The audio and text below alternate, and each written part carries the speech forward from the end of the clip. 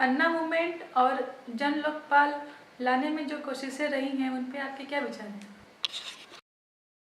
हम बहुत सारे लोगों से पूछे कि अन्ना जी को आप कब से जानते हो,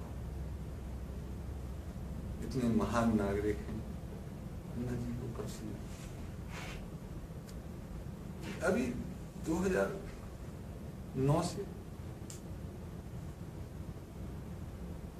और लोगों से पूछा जो पढ़ते लिखे, हाँ अन्ना जी थे, कुछ महाराष्ट्र में मूवमेंट चलाते थे, 2-3 बार फास्ट में बैठे, उनकी फास्ट में बैठने की कैपेबिलिटी काफी थी।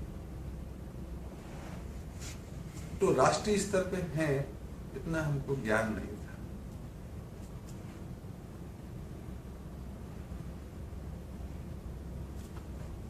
जितना हम जानते हैं तो पिछले 30 वर्षों से अन्ना जी को देख रहे हैं। अन्ना जी एक सेना से लौटे हुए और बहुत सारी चीजें देखे हुए एक अच्छे समाज सुधारक हैं, जो प्रयोग करके दिखाना चाहते हैं कि वाकई में एक गांव अच्छा कैसे हो सकता है। और रालेगांव सिद्धि उन्होंने गांव दिखाया। कुछ उनके दोस्तों को गांव इतना पसंद आया कि जब वो चीफ मिनिस्टर थे तो अपने यहाँ से जब भी किसानों का दौरा कराते थे तो किसानों को रालेगांव सिद्धि भेजते थे। 98 से 2002 तक जब तक चीफ मिनिस्टर थे दिग्विजय सिंह, करीब 100 दौरे अपने मध्य प्रदेश के ग्रामीणों के रालेगांव सिद्धि लगाए। अच्छी दोस्ती थी दिग्विजय सिंह और उनकी। बाद में आपने शायद टीवी पे बहुत सारी चीजें विरोध में देखी होंगी। इंटेंशन अन्ना जी के व्यक्तिगत स्तर पे साफ सुथरे, बहुत ज्यादा गणित उनको आती नहीं। तो जब लोग उनको कुछ मिले कि हमको भ्रष्टाचार के मुकाबले में खड़ा करना है एक आंदोलन, आप चलोगे? बोले हाँ, फास्ट में रख लूंगा, बैठ में जाऊंगा, यही मेरी काबिलियत है। तो एक जो पूरा मूवमेंट चल रहा था 2-3 साल से, उसका इनको हीरो बनाया। पीछे कौन था? कमोबेश अगर पीछे चलेंगे तो 2 बरस रामदेव ने पूरे देश में योग का दौरा किया। मंच रामदेव का था, उस पे कुछ नेता लोग जुड़े देश में, जिसमें केजरीवाल, बेदी, गोविंदाचार्य, सुब्रमण्यम स्वामी, प्रशांत भूषण, ये सब लोग जुड़े, एक तथाकथित सिविल सोसाइटी बनाई। फिर मूवमेंट से सबसे पहले रामदेव को अलग किया गया कि तुम फास्ट पे ज्यादा नहीं बैठ पाते, अन्ना जी बैठे।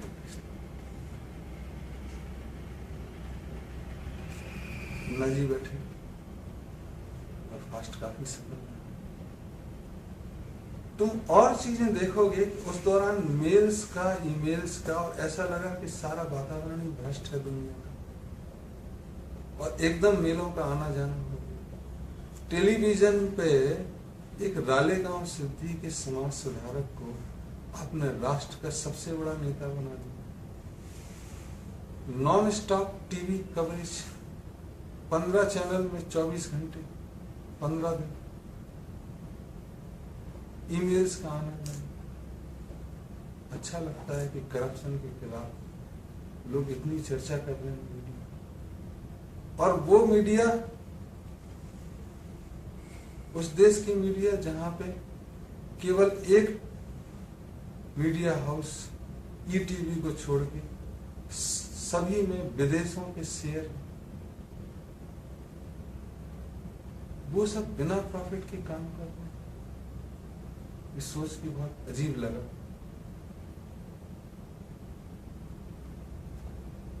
कि 24 घंटे 15 दिन ये वाकई में भारत के करप्शन को लेके या दुनिया के करप्शन को लेके चिंता है या कुछ चाल और है,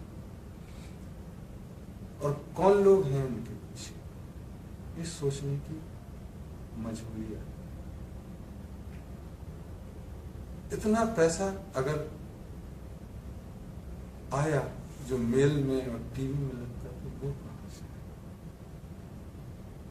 और सरकार भी इस तरह से डरी हुई है कि सिविल सोसाइटी जिसके 500 मेंबर नहीं है उनसे समझौता कर रही है।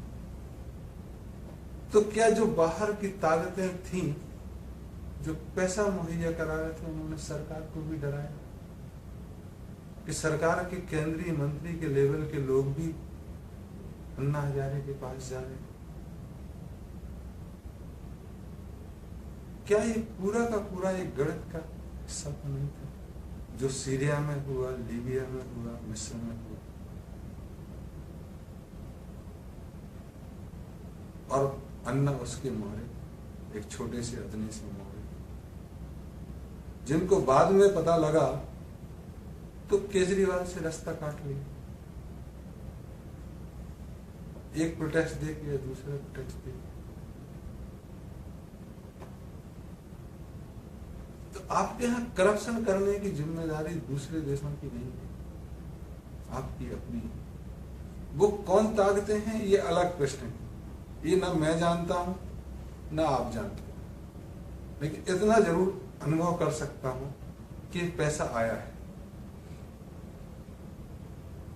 और ऐसे दुनिया में बहुत सारे मल्टीनेशनल्स हैं, किसी एक देश को नहीं बोलूंगा, कि जो देशों को डिस्टेबलाइज करते हैं और फिर वहां से मुनाफा कमाते हैं। तो ऐसे जो डिस्टेबलाइजिंग मल्टीनेशनल्स हैं वो किसी एक देश की बकौती भी नहीं है, इसलिए एक देश को इसमें दोष भी नहीं दिया जा सकता कि फला देश, अमेरिका पीछे है, इंग्लैंड पीछे है, रूस पीछे है, चाइना पीछे है, ऐसा नहीं कहा जा सकता। वो 150 देशों में उनके नेटवर्क हैं। तो आपके यहां से क्या मुनाफा मिल सकता है इसके बारे में सजग रहना जरूरी है। और हम धन्यवाद अपने को देंगे, इस देश की जनता को देंगे कि इस देश की जनता ने वह नहीं किया जो सीरिया, लीबिया और इथियोपिया, मिस्र में। उसने बाकायदा एक इंस्टीट्यूशंस का सम्मान करके चुनाव कराए, और चुनाव में जो भी उनकी चीजें थी, चुनाव में भी गड़बड़ी की बातें सुनी गई हैं कि इलेक्ट्रॉनिक वोटिंग मशीन में कुछ हेरा फेरी हुई है, वो चीज अलग है, लेकिन तब भी देश की जनता एक पूरा इंस्टीट्यूशंस का सम्मान करती है। और राजनीतिक पार्टियों का भी धन्यवाद देना चाहिए और हमको शुक्रगुजार होना चाहिए कि वो जनता का निर्णय चाहे मैनिपुलेटिव हो उसका सम्मान करते हुए सत्ता परिवर्तन हुए।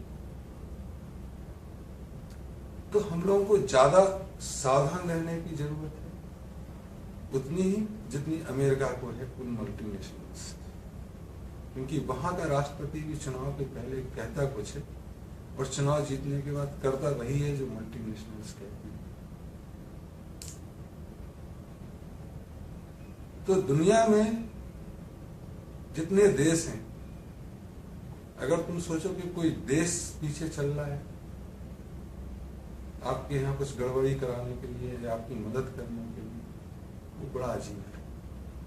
वो कोल्ड वार से तो आगे आ गया। अब कुछ देश हैं उसमें बैठे कुछ लोग हैं, तो देश नहीं है, बेसिकली कुछ लोग हैं जो चाहते हैं कि हमारा दुनिया में तोती बोले, हमारी दुनिया में चले।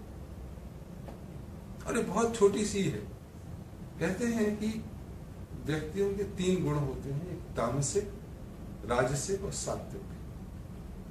तो तमस आदमी दारू पी के, मुर्गा खा के, बकरा खा के, सेक्स में उलझ के मस्त रहता है। सात्विक आदमी को कुछ चाहिए नहीं। लेकिन जो दुनिया में सबसे ज्यादा गड़बड़ी होती है वो राजसिक जो प्रवृत्ति के लोग, इनका पेट कभी नहीं भरता, और चाहिए और चाहिए और चाहिए। और यही सारी समस्याओं की जड़।